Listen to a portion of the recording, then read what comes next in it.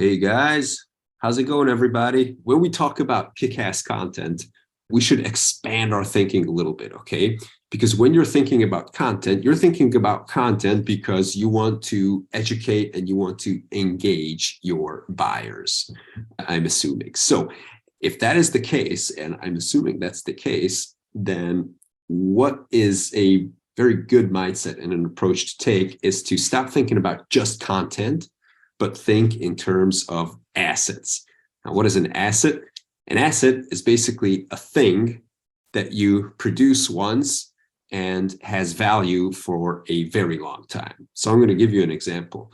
If you're in market research and you do market research and you dig deep into some topic and you create a report out of that, then that is an asset because it's going to hold its value for a very long time. Conversely, if you do a 300-word blog post that is promotional and doesn't have any value, then technically it's still an asset, but it's not really going to function as something that is like a long-term benefit for your company and for your users. Okay, so we're expanding our frame of reference from content to assets here. And I'm going to just quickly talk about one class of assets, which are really interesting for us marketers, okay? And these are the tools and calculators and assessments. So they are the interactive assets, we call them. There are other types of marketing assets. Like one webinar, it wouldn't be an asset. But if you have like a branded series of webinars or a podcast that has like an actual audience, that is also an asset. And that is also invaluable for marketing, okay? But for today's discussion, what we want to concentrate is basically the valuable pieces of content. And we want to just briefly touch upon a very, very overlooked group of marketing assets, which are tools and calculators and assessments. What you guys do currently, I'm assuming that you don't really use tools and calculators and assessments. And the assumption is only because very few companies do that. Now, what is one example of calculators and tools and assessments? I'm going to show you. Like when we talk about assessments, we talk about something, an interactive quiz basically answers a pressing question for people. Okay, so this is a previous little assessment that we did for the market, which is what is your shortest path to whale-sized deals in a matter of few days? In other words, if you're a B2B company, like what is one type of campaign that you can launch that's right for your organization that will get you results the fastest? And what happens is that in these assets, in these assessments, we ask a bunch of questions. And here you can see the back end of it. Just a screenshot of the question logic and how you have like splits and you ask different questions based on what they answer for a previous question. And in the end, what you can do is you can give them a very well defined plan or advice on what to do and how to move forward. So in this case, we gave them one of 4 campaigns, which they can use to skyrocket basically their B2B marketing. And we gave them steps on how to set something up that will take them to the next step and what to look out for and what not to look out for. So that's the value part. But the other thing we gave them is basically an entry into our marketing processes, which is a good thing because at the end of the day, you want people to come into marketing. Now, as you might guess, in this quiz, we asked some very valuable questions that are valuable for us. So we basically prospect the users with these assessments. And at the same time, we're obviously giving them valuable feedback, okay? And so because it's tied into marketing, there's a very clear path to continuing the engagement with us, okay? And the reason we classify these under kick-ass, like assets that work really well, is because they work really well. And one of the reasons is because, as I said, not a lot of companies are using these. And the other is that it is highly interactive and they are faster to use than reading a very long article or watching a long video. Because if you think about it, most of these assets takes under 2 minutes to complete. And then you get like pretty concise feedback on what to do next. And you even get invitation to a webinar so that you can take the next step. And you're providing substantial value in the frame of a couple of minutes. And with traditional forms of content, it's not so easy to provide a lot of value in a couple of minutes. So if you want to provide substantial value in written form, it's going to have to be a longish article or an ebook. In the form of video, it's also going to need to be long. If it's not just a thought awakener, but something more profound, then it's going to need to be longer. So everybody wins with these types of assets, okay? And so that's just one class of assets, which is very much overlooked. And I wanted to put it into this webinar so that you will give it a thought, basically. Now, having said that, I want to just take the rest of the time to talk about some of the principles that make these assets and that make content work really well, okay?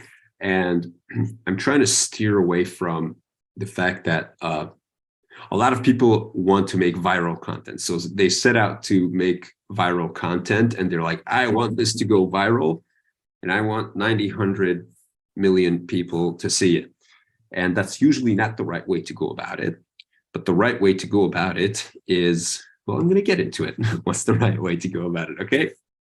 Number one, the concept of experience design. And I'm sure you know what I mean by experience design. What we want to make sure is that we don't just think in terms of individual assets, okay? Because what you're looking for is you're going to have people consume multiple assets. And in fact, they're going to be going on a buyer's journey with you, regardless of whether or not they end up becoming your clients, but they're going to go on a journey with you. At least that's what we're planning for. So you want to be keeping in mind the entire experience of interacting with your company and not just in terms of like islands of content and like batches and pieces of content. You want to start out thinking about the entire experience. Okay. And how you do that, we can get into that later, but I'm going to take this a step further. So the way you start thinking about interaction with you is to think in terms of asset systems. Okay. So first you've got the concept of the buyer journey, which is to say that users come into contact with you one way or another.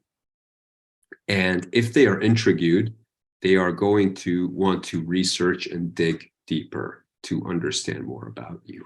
Now, part of the buyer journey is your salespeople reaching out to prospective buyers. And that's, of course, just totally a part of the B2B motion.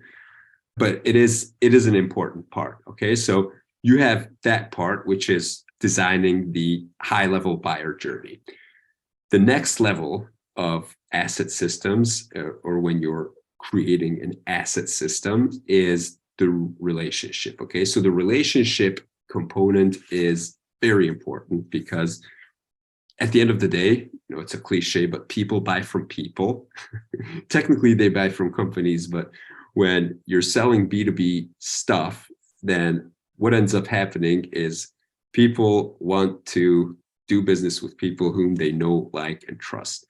And so when you're thinking about assets and marketing content, you want to be thinking about the relationship building aspect. Okay. And that's how relationships tie into assets because, and it's not a very evident thing that we talk about this, but yes, what I'm actually suggesting is that when you're writing an article, an ebook, a brochure, as you said, what you want to keep in mind is that this will need to contribute to building know, like, and trust, and perhaps even give the opportunity to tie this goodwill that you're building with the asset to somebody in the company, to a person, to a sales rep or an SDR or whomever.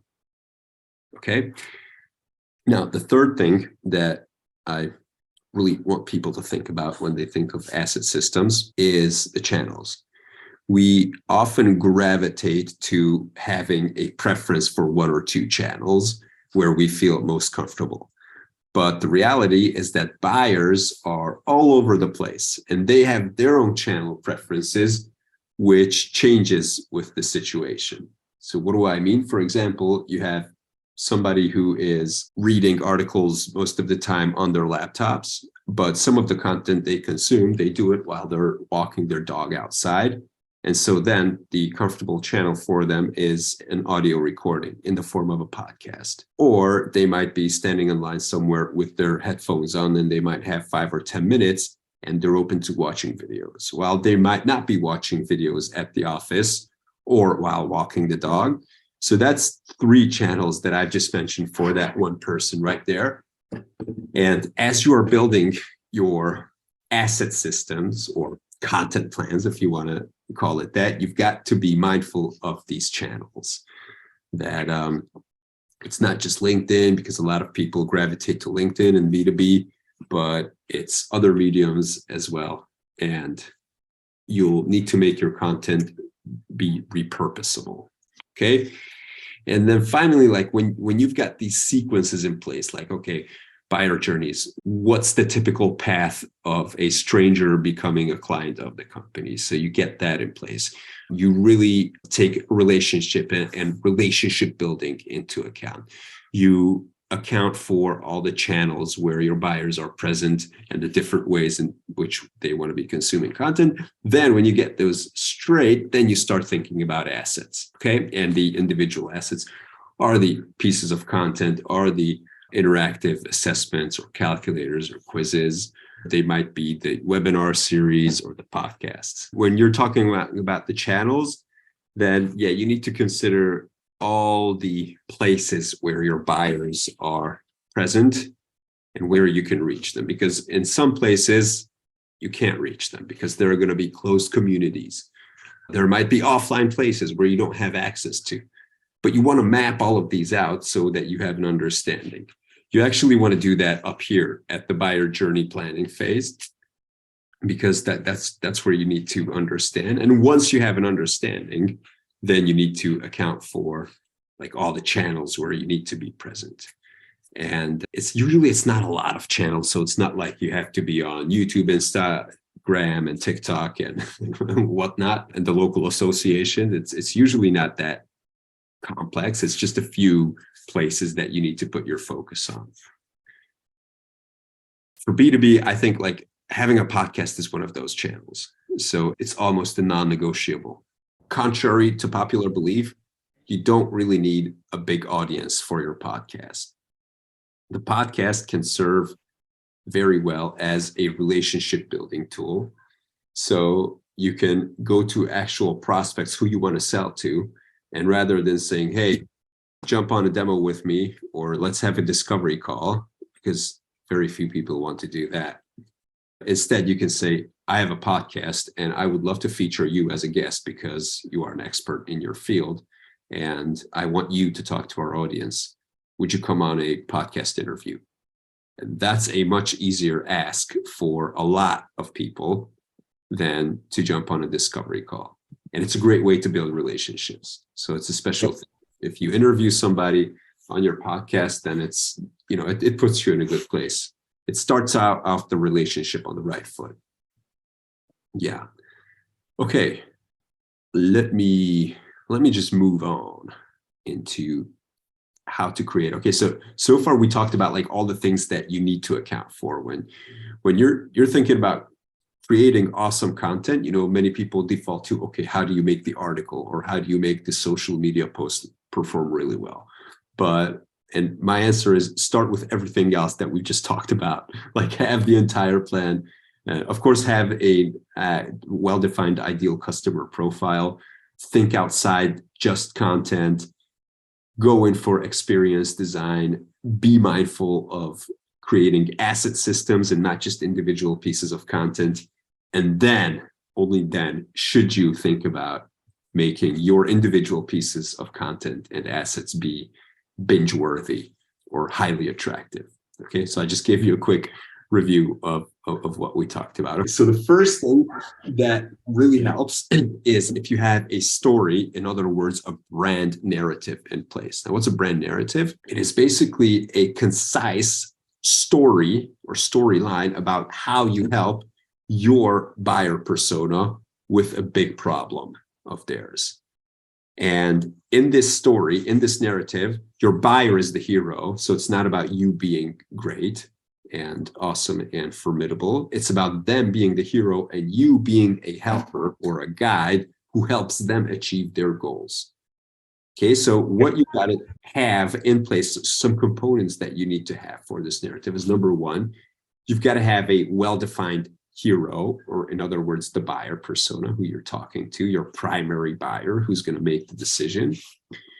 Number two, you want to be articulate about their problem. So it's going to build empathy. You're going to display empathy, and it's going to build a relationship very well if you are able to verbalize their most serious challenges and most serious problems. Okay, that's the second component. And the third component is the problem itself, which is what they're struggling with. And you also want to give them a plan. So you need to say that, okay, this is our company and this is how we help you overcome this challenge. And then you have supporting statements. Obviously, we can do this because, and we have already done it for X, Y, and Z. And you have all of these things.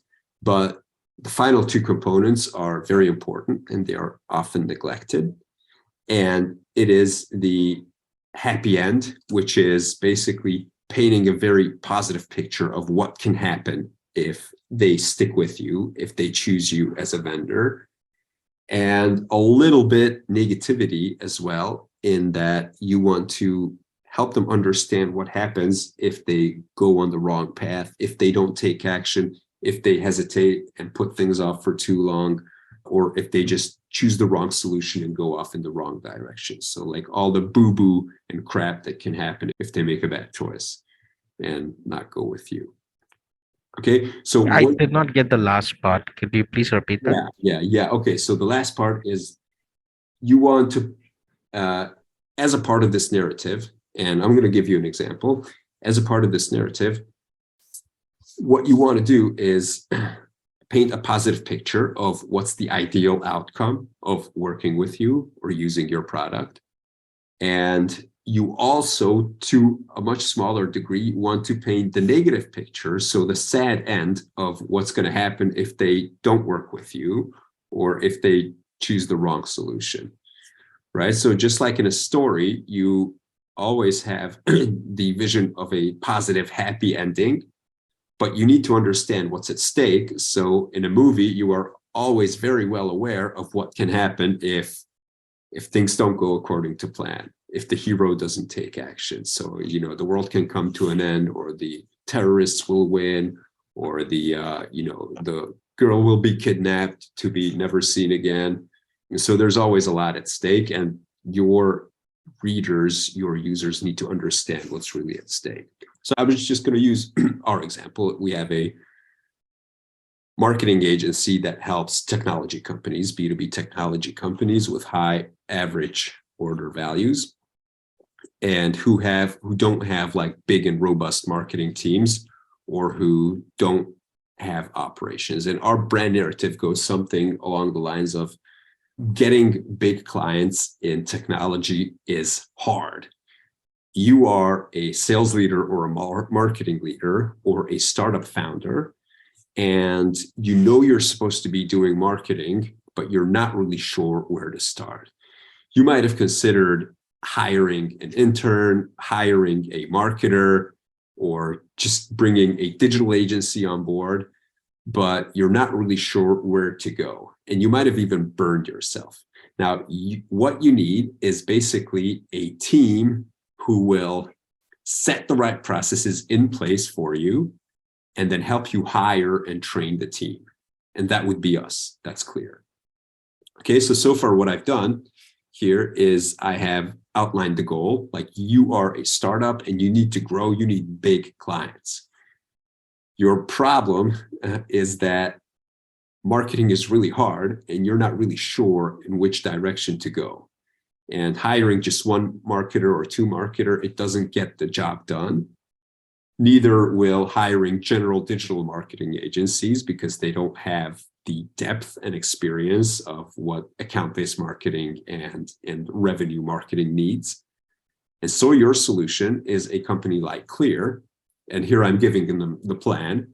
So I'm saying, you know, if you do with us, we have like a specific revenue marketing program, which we can install in your company, and we can teach you how to do it and help you hire the team. Okay. And now comes the positive part, saying, hey, if you do this, then in 8 to 12 months, you will be, number one, getting big clients on a regular basis. You will have a growing marketing department, and you will really feel like the company knows what it's doing. Investors are going to love it. The sales team is going to love it because everybody sees that you are delivering sales qualified leads on a regular basis. And that's the positive part. And then I can also go into the negative part, scaring you, which is what I'm going to do right now. So you can say, if you need to act now and you need to find a solution to making marketing work for your B2B company, because if you don't, you know, time is your greatest enemy. So procrastinating any longer is really going to hurt you. If you go with the wrong solution, meaning a generalist agency or hiring just one marketer, you're also going to disappoint yourself, and you're just going to be burning money. And more importantly, you're going to be burning your time. And you're going to push that positive ending further and further away from you. Okay, so that's the example of a brand narrative. I think this was a great example. I'm happy. And it's you seldom say this out loud in one piece. So like, you don't have a movie about this. Where this shows up is on your homepage usually. So you can lead people through this narrative. But like, pieces of this narrative should be present in most of your content assets, especially in written content and in videos. So you want to be reminding people of these things. And as they're consuming your content, as they're going through your buyer journey, like, this story is going to like build up in their minds, and they're really going to get it. And yeah, and so that's the purpose of a brand narrative. Okay. And so we said that you need to have this in place because you want to weave the parts of this into everything that you're creating in marketing. Okay. And finally, what else makes the individual content assets really good is if you use the 3 I's, which is if each of your assets or content pieces focus on generating interest, providing insight, and providing inspiration. Okay, and I'll real quickly go through these. Okay, interest, obviously, this is very self-explanatory. You can't be boring. You've got to pique their interest like that. And so every content asset needs to have a hook. Okay, and a hook is something that basically hooks the attention of your readers. So if you're thinking about social media, it's the scroll stopper. So it's the visual, it's the one sentence, the headline that really grabs your attention. And you need to manufacture the hook for each and every single asset. Now, of course, it sounds like a hard and something that needs a lot of creativity, and it is. But the good news is that there are formulas that you can use. So as you're building content, you'll be able to use these. You can use formulas to actually create hooks. Okay. And the other way to generate interest, and we're not going to go into all of the ways that make your content interesting, but the other way is to make it feel exclusive and behind the scenes and real. And this is especially useful on social media. I'm going to show you something. Some of my most popular and most successful social media posts are these. And they both feel very real. Okay, in the sense that here I am explaining business on a napkin, as you can see. And this is intentional. So I was sitting at a cafe and I asked for a piece of napkin and a pen. And I drew this. And it got a lot of traction and a lot of people to engage with it. Same thing with this here. it's scrappy. So it was drawn by hand on a piece of paper, and it just feels very natural and unmanufactured. And so, especially on social media, people dig this. Now, of course, if you were going to a conference, you wouldn't want to use visuals like this. So, on your website, obviously, like professionalism has its place, but especially on social media, professionalism will actually hurt you. It will make it less interesting. So, the visual professionalism will make things a bit less interesting, whereas the scrappiness feels very real on social media. Okay. Insight, another obvious one is that obvious but not very often used is that you need to be very good at providing insight and learnings in every single piece of content or asset. If it's not insight, it has to be really inspirational or entertaining, but you've got to give insight and knowledge and commercial insight in most of your things. Now, because of that, what is working less and less on it in B2B marketing are these superficial listicles. So sometimes if you want to create content and you outsource it to some freelancer, they will have formulas about, the top 5 ways to do X, or the 3 reasons why you would want to do Y. And because you're talking to executives most of the time in B2B, it's just, executives don't really give a damn about these superficial things. So you always need to be going a lot deeper and a lot more specific. And much of the B2B content that you see out there is either way too technical and not really understandable, or very generic and not helpful and not specific enough. Okay, so it's the two ends of the spectrum. If it's detailed enough, then it's probably not in a format that is consumable enough. Okay, and here, when you're thinking about providing insight, you got to think about the format and the way you explain things. So it's not just the content, but it's the way you communicate the content. So using infographics, using images, using charts, visuals, whatnot. Some obvious things, but a lot of people just leave them out, or they take a shortcut, or they take the easy route. Okay. And the third one is it's less intuitive than the first two, is inspiration. And by inspiring, what I mean is always providing, so you want people who consume your content, who interact with your content, to be like in a higher energy state and be like more energetic after they're done with your content than before. So you always want to like lift them up. And B2B content is often so boring and so dull and just so gray. Sometimes it's just boring, sometimes it's just overly promotional. So it really drains people, and it doesn't inspire them. And by inspiration, I also mean that you need to provide a clear path of action. So even if it can be a direct thing, like click here to do this, or call me now, or read more about it here and here. So that's one way to call people to action. But when you're creating content, you also want to design the way you want people to feel. Okay, so you can, the feelings or emotions that you want to evoke in people. So with content, that can be even more curiosity, that can be feeling inspired, that can be anger. So you can get people to be like, to understand how shitty their situation is, and you want them to be angry about it, because anger will lead to change. So just be mindful of the emotion you want to evoke in people, and it's usually going to be one form of inspiration. Right. So I'm slowly losing my voice, and I've also come to the end of what I wanted to talk about.